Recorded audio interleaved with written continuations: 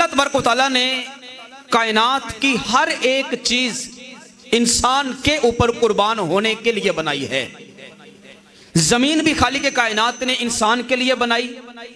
آسمان بھی خالق کائنات نے انسان کے لیے بنائے، یہ چرند، یہ پرند، یہ درند، الغرض کائنات کی ہر چیز خالق کائنات نے انسان کے لیے بنائی ہے، اور ہر روز کائنات کی ہر چیز اپنے اپنے نہج میں، اپنے اپنے طریقہ کار میں انسان پر قربان ہو رہی ہے۔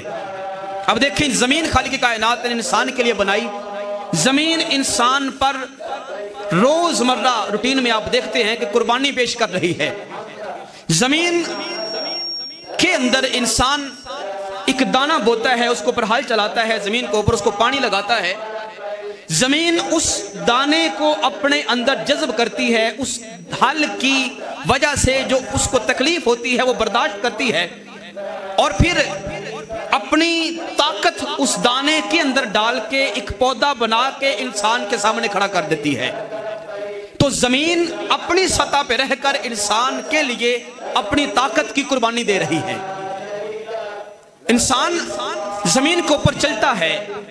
کبھی زمین نے یہ نہیں کہا کہ مولا آج میں اس انسان کے لیے بچھی نہیں رہوں گی، آج میں کھڑی ہو جاؤں گی، یا آج میں ہلنا شروع کر دوں گی، آج میرے اندر زلزلہ برپا ہو جائے گا۔ زمین ہر لمحہ انسان کے لیے قربانی دے رہی ہے۔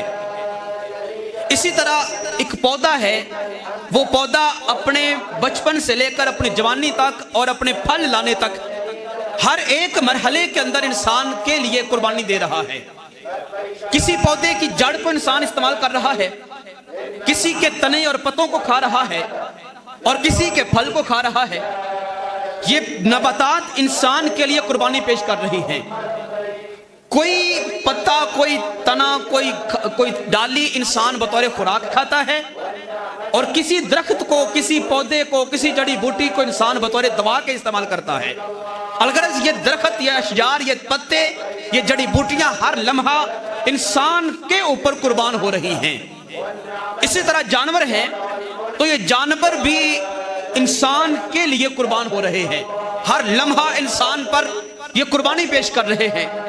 کبھی انسان کا بوجھ اٹھا رہے ہیں، کبھی انسان کے لیے وہ زمین کو سینہ اس کا پھاڑ کر اس کے لیے ہل چلا رہے ہیں،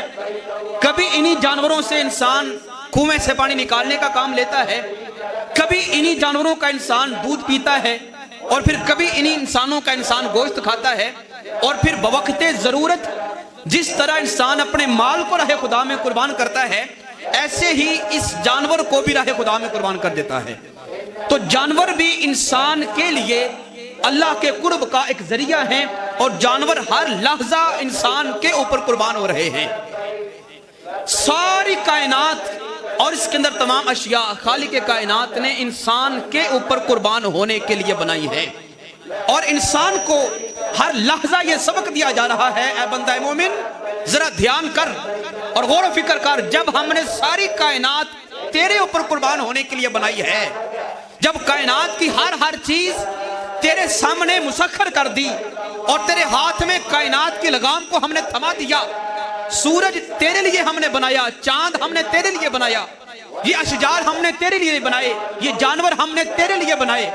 ہر روز تیرے اوپر کوئی نہ کوئی چیز اپنی قربانی پیش کر رہی ہے،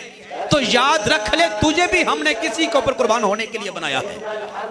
سب کچھ تیرے لیے بنا کے تجھے ہم نے فارغ نہیں چھوڑ دیا، ہم نے تجھ سے بھی اس قربانی کا انتقام لینا ہوگا، بدلہ لینا ہوگا، حساب لینا ہوگا۔ جس طرح کائنات کی ہر چیز تیرے اوپر قربان ہو رہی ہے، اس طرح یاد رکھ روزمرہ زندگی کے تجربے کے ساتھ اس بات کا تو اندازہ لگا لے اور حساب و کتاب لگا لے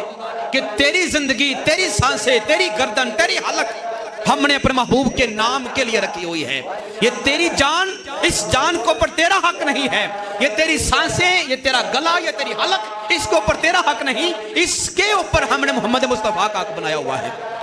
تو انسان کے لیے ساری کائنات کا نظام بنایا، اور انسان کو خالق کائنات نے محمد مصطفیٰ کی پہچان کے لیے بنایا ہے۔ اور قربانی کر کے انسان اللہ تبارک و تعالیٰ کا قرب حاصل کرتا ہے،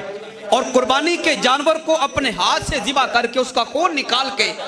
اپنے اندر یہ بات بٹھا لیتا ہے اور اپنے آپ کو دلی طور پر اتنا مضبوط کر لیتا ہے کہ آج میں اس جانور کو راہ خدا میں قربان کر رہا ہوں، اس کا خون نکال کے میں اللہ تبارک و تعالیٰ کے نام کو زندہ کر رہا ہوں، سنت ابراہیمی کو زندہ کر رہا ہوں، آپ سرکار کی سنت کو زندہ کر رہا ہوں۔ لیکن کل کلاں اگر یہی وقت میرے اوپر آ گیا اور حالات ایسے آ گئے کہ میری گردن کے اوپر بھی کوئی چھری رکھ دے، میرے جسم کے اوپر کوئی تلوار لٹکا دے، تو مجھے بھی اس جانور کی طرح دریغ نہیں کرنا پڑے گا اور مجھے بھی اپنے خدا اور اس کے مصطفیٰ کے نام پہ قربان ہو جانا چاہیے۔ تو یہ انسان کو ایک سبق دیا گیا قربانی کے جو نہ وہ حوالے سے کہ انسان ہم قربانی کا حکم تجھے کیوں دے رہے ہیں؟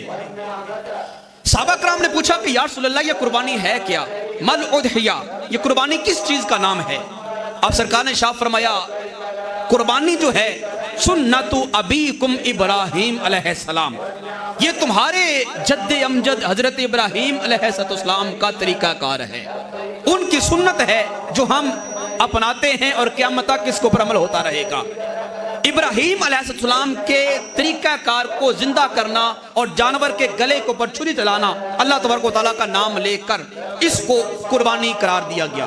اور یہ صرف ابراہیم ہی کی نہیں بلکہ آپ سرکار کی بھی سنت مطہرہ ہے۔